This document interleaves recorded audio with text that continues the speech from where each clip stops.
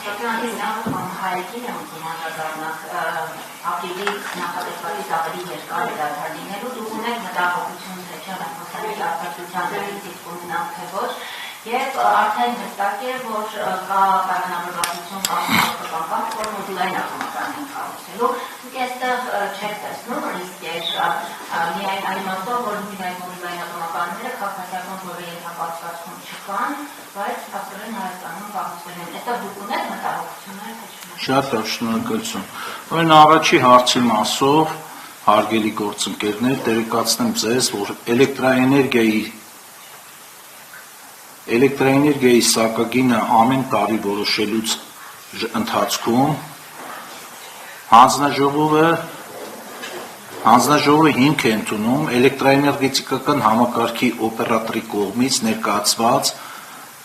էլեկտրաէներգիայի արտադրության և սպառման տարեկան կանխատեսված բալանսը, այդ հաշվեկշիռը, այդ ներկայացված արտադրության հաշվեկշիռի հիման վրա է, որ մենք սկսում ենք սակագին հաշվել,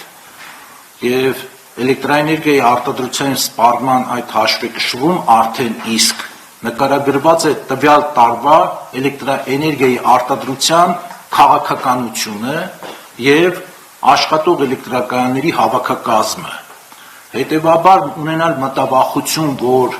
ատոմակայանը, եթե այս տարի նախատեսվածից 3 ամիս ավել է վերանորոգման աշխատանքում կանգառի մեջ գտնվելու և այդ պատճառով մենք ունենանք էլեկտրաէներգիայի դեֆիցիտ,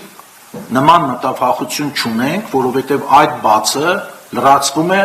այլ կայանների ավել աշխատանքի ճանապարհով։ Հետևաբար վստահեցնում եմ ձեզ, որ նման մտավախություն չունենք և ասեմ ավելին, եթե գիտեք ավելի լավ, եթե չգիտեք նորից ասեմ, որ դեռևս խորհրդային տարիներից սկսած հայկական էներգետիկան տեղակայված հզորությունների մասով մինչ օրս պատմականորեն ունենք այդ լավ ժառանգությունը, մենք ունենք ավելի շատ տեղակայված գեներատորներ, հզորություններ, քան մեր սեփական սպառումն է։ Եվ հետևաբար ցանկացած պահի մենք այս կամ այն էլեկտրոկայանը կարող ենք փոխարինել այս կամ այն կանգառի մեջ գտնվող գեներացիայով կամ էլեկտրոկայանով, այլ բան է, թե դրա արդյունքում ինչպիսի սակագին կստանանք։ Վերադառնալով նոր կառուցվող մոդուլային ատոմակայաններին, ուզում եմ նաև հետևյալ միտքը հնչեցնել։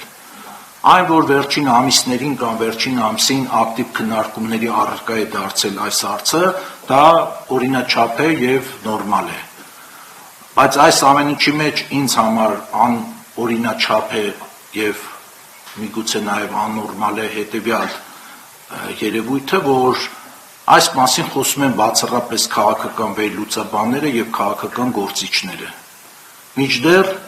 հատկապես այս փուլում առաջին հերթին կարիք կա, որ այս հարցի վերաբերյալ ավելի շատ կարծիք հնչեցնեն և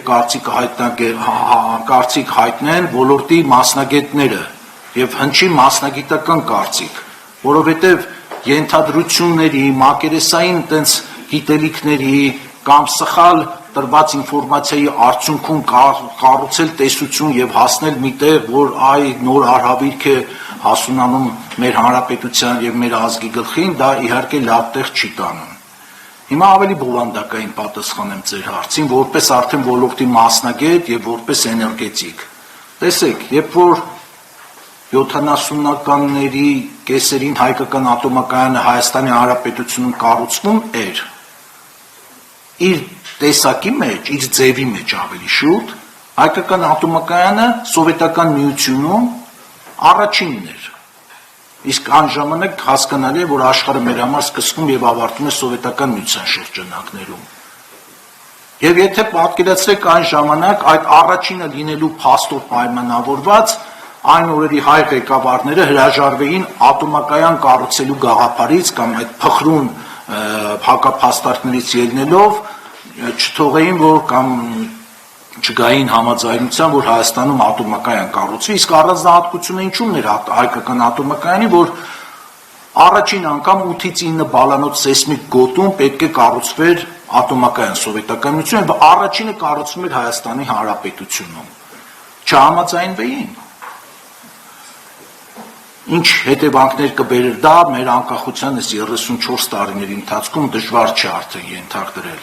Կամ 1940 թվականին, երբ որ Նայիրիտը կառուցվում էր Երևանում,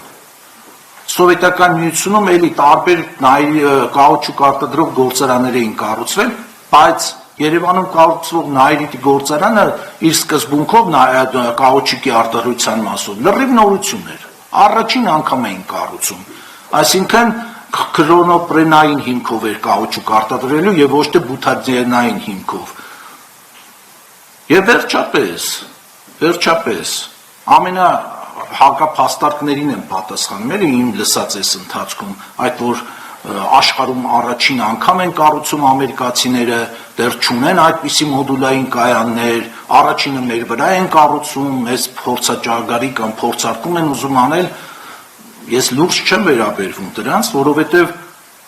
առնվազն աշխարհի 15 պետություններում, օֆիցիալ տվյալներ եմ ասում ձեզ, աշխարհի 15 պետություններում այս պահին 51 մոդուլային ատոմակայան պետք է կառուցվի, որոնք գտնվում են նախագծման փուլում եւ գտնվում են սերտիֆիկացման փուլում։ Ճիշտ այն փուլում, որ փուլում գտնվում է նախնական բանով մեր մոտ կառուցվող մոդուլային ատոմակայանը։ Հետևաբար գործը դեռ չսկսած, գաղափարը դեռ կյանքի չկոչած, տենց փխրուն ենթադրությունների վրա վատաբանել եւ ընդդիմանալ այս ամենին դա ընդունելի չէ։ Մոդուլային ատոմակայանների մասով շատ կարևոր նորից բան եմ ուզում ասել, որ դուք լրագրողները դա նաեւ ձեզ համար պարզ լինի, մասնագիտական արդեն մոդուլային, հատկապես ամերիկյան մոդուլային ատոմակայանը նախագծվող ունի մի շարք առավելություններ, որը որ ավելի գրավիչ է դարձնում այդ կայանի տեսակը Հայաստանի համար։ Առաջին առավելություններից մեկը դա նա է, որ ինքը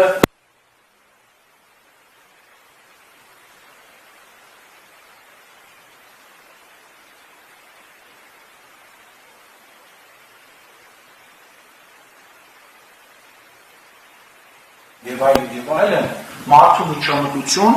ատոմակայանի սառեցման, վթարային իրավիճակում գտնվող մոդուլային ատոմակայանի սառեցման համար նման կարիք չի լինելու։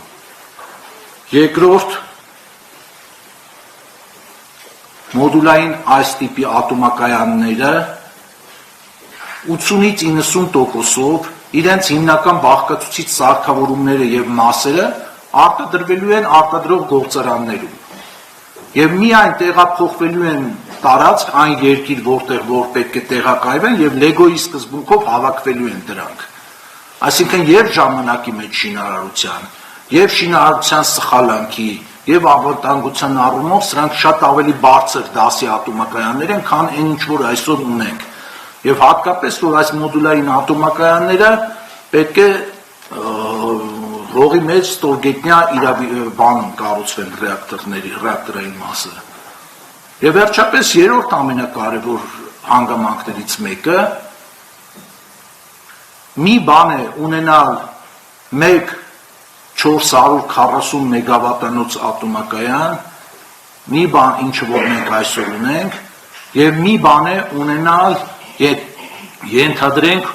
8 անգամ 50, 8 հատ 50 մեգավատանոց մոդուլներ,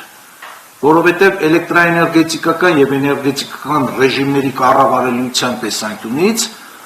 մոդուլային ատոմակայանները շատ ավելի ճկուն են եւ շատ ավելի էֆեկտիվ է իրենց աշխատանքը, որովհետև մենք ասուլիսի գալուց առաջ հենց այս բանին տեսեք, 1-2 օր ընդամենը արևային եղանակ է, մեր հանրապետության սպառումը այս ժամերին 1200 մեգավատից իջել է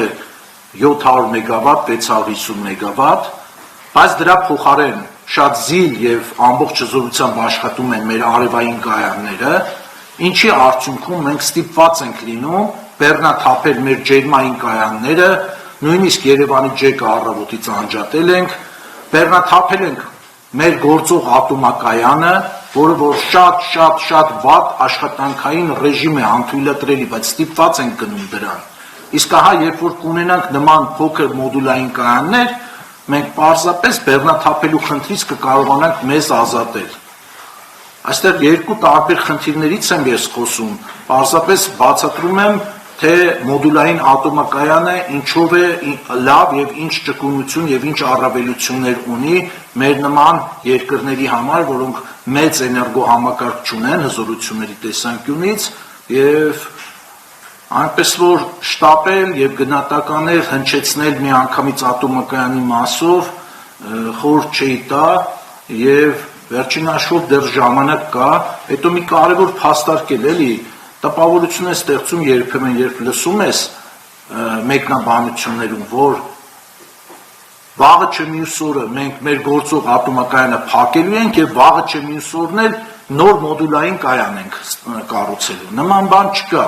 Գործող ատոմակայանը դեռ մինչև 36 թվականը պետք է աշխատի, դրանից հետո էլ միգուցե 5-10 տարի հնարավորություն կլինի կյանքը երկարաձգելու գործող ատոմակայանի, դա արդեն մասնագետները կգնահատեն, կասեն, միջազգային կառույցները այդ ժամանակ կգնահատեն, կասեն, տեսականորեն այդ ռեսուրսը կա այս պահին։ Եվ այդ ընթացքում մենք արդեն պետք է որոշենք, այդ ընթացքում պետք է վերջնական նախագիծը դրվի սեղանին նոր մոդուլային ատոմակայան կառուցելու եւ անհայտների թիվը բնականաբար այդ ժամանակ կպակասի եւ կգնանք առաջ, այսքան, եթե